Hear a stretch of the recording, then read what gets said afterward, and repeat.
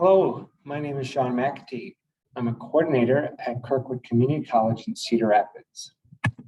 Today I want to talk about the process that we go through for post-testing our students.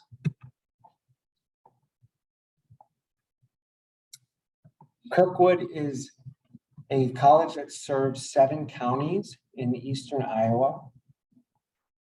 We serve the city of Cedar Rapids, which has about 135,000 citizens. Population of Iowa City is about 74,000, and we serve a host of rural communities as well. There is a map where Cedar Rapids and Iowa City are located right in the center of the country.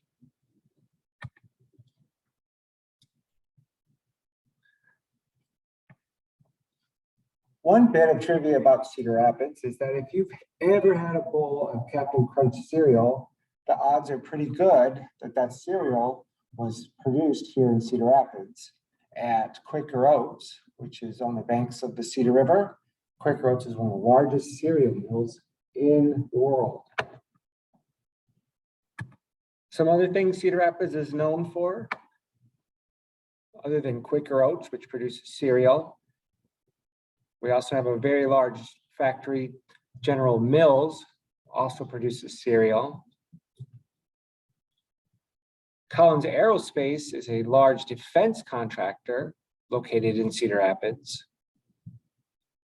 We also have Cargill, which is a corn syrup manufacturing company. And finally, we have ADM, which produces ethanol, which is also made from corn. So if you know anything about Cedar Rapids after this presentation today, you will know that it makes a lot of stuff that comes from corn. Now let's talk about how the ABE program in Iowa might be different or similar to your state. In Iowa, we have ABE that has a managed enrollment system. So all of our students at Kirkwood are required to attend classes. They attend classes for 7 weeks. Students enrolled in the HiSET program have to take practice tests. They have to pass practice HiSET tests.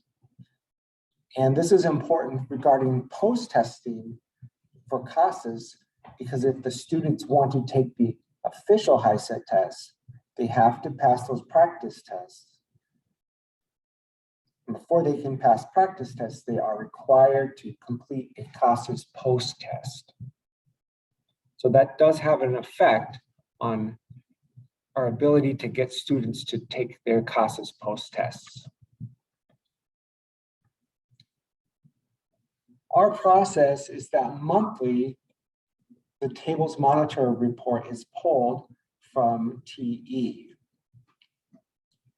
The person who does that prepares a spreadsheet that has been filtered by the number of hours a student has, which site that student is learning at, the program that they are in, and whether or not they've already completed a level.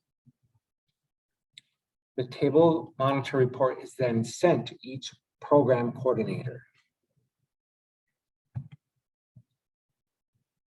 Using the tables monitor report. When you pull the tables monitor report, it's going to look something like this. It will have the program that the student is in, of course, their name. We'll have their hours that the student has completed. And this tables monitor report has already been filtered for students who have at least 40 hours or more.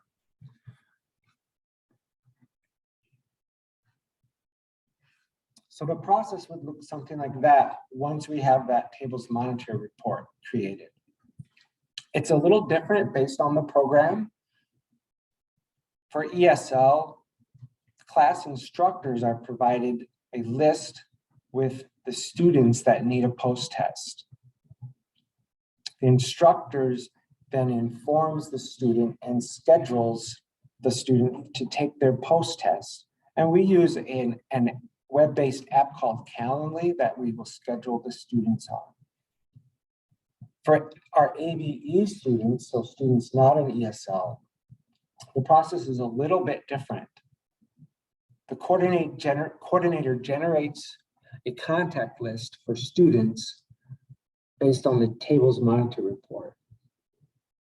The tables monitor report is then divided amongst staff, and we usually do that just by alphabetical order. Students are sent a blind carbon copied email offering to schedule the post-test, and as well as classroom instructors will also schedule those students who are attending class. After a few days, the students that did not respond and get scheduled via email are then called. And the students that don't respond to a phone call, they haven't responded to an email, we will probably also go and text them as well. And all of those students are scheduled again on Calendly.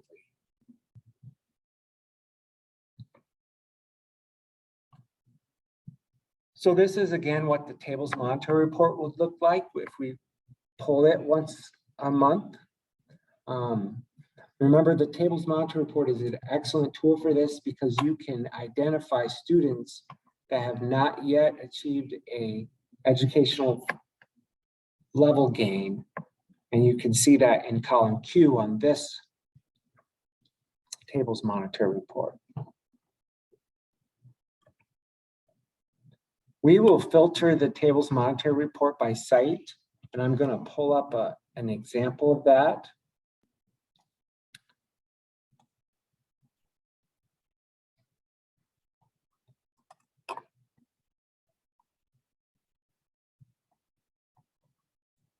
So this is what a tables monitor report would look like once it's been filtered. So you can see that I'm able to pull up the students by their site and by their program. So if I'm working with students in basic skills, I'll have a list of students that need a post-test. If I'm working with ESL students, I'll have the ability to pull up those students as well.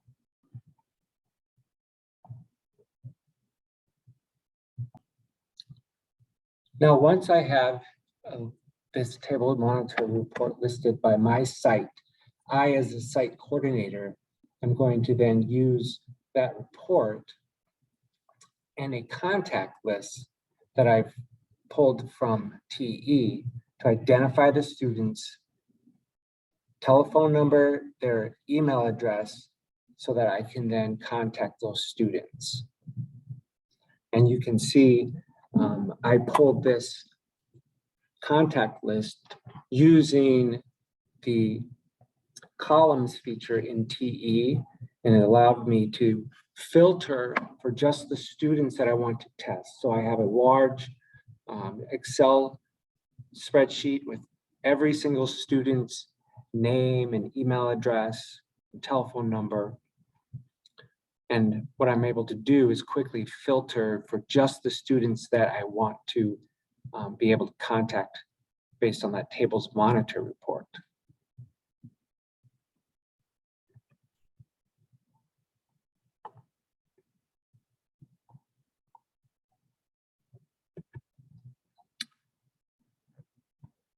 Once the students are contacted, they are scheduled on Calendly. We use this web-based app, Calendly. You could use a different kind of scheduling program, but we have been using Calendly for about 2 years, and we've been pretty happy with it. The reason why we use it is that the student is emailed and texted a confirmation of the date and that the date that they are testing on, the time that they are testing, and exactly what it is that they're doing. Students are sent a reminder 24 hours ahead of time. They're given an email and a text reminder. We are able to mark exactly which test they are taking and any other important instructions. From that web app, we're also able to reschedule students.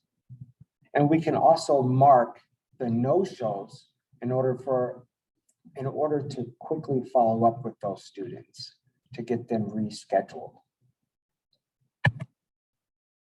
This is what the Calendly app looks like from the point of scheduling a student. You can see that we have created a Kirkwood K-Life learning site place on the app that allows us to schedule at specific times. And you can see that we have each time is equated with a certain number of spots that we're able to fill. This is what it looks like when we go into an actual, we schedule the student. You can see it's going to ask for their name, their email. Then we can able to mark exactly which kinds of tests they're taking. And then you're also going to see a place for their cell phone number so that we can text them. Now, this type of app has been really important in our learning center, where we have lots of different students coming in for lots of different things. And you'll see on this screen that it tells us how many students are coming in at any day and at a specific time. And then you can see this is an example of when I pull up one of the students in Calendly, one of the seats that is going to be used for testing, I can see exactly what that student is going to be doing. So I know this has been a very brief PowerPoint presentation.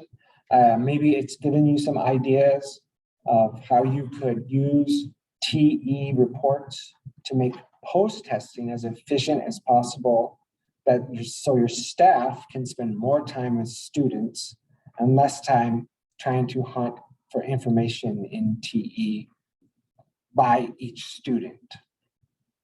If you have any questions, please let me know. Thank you.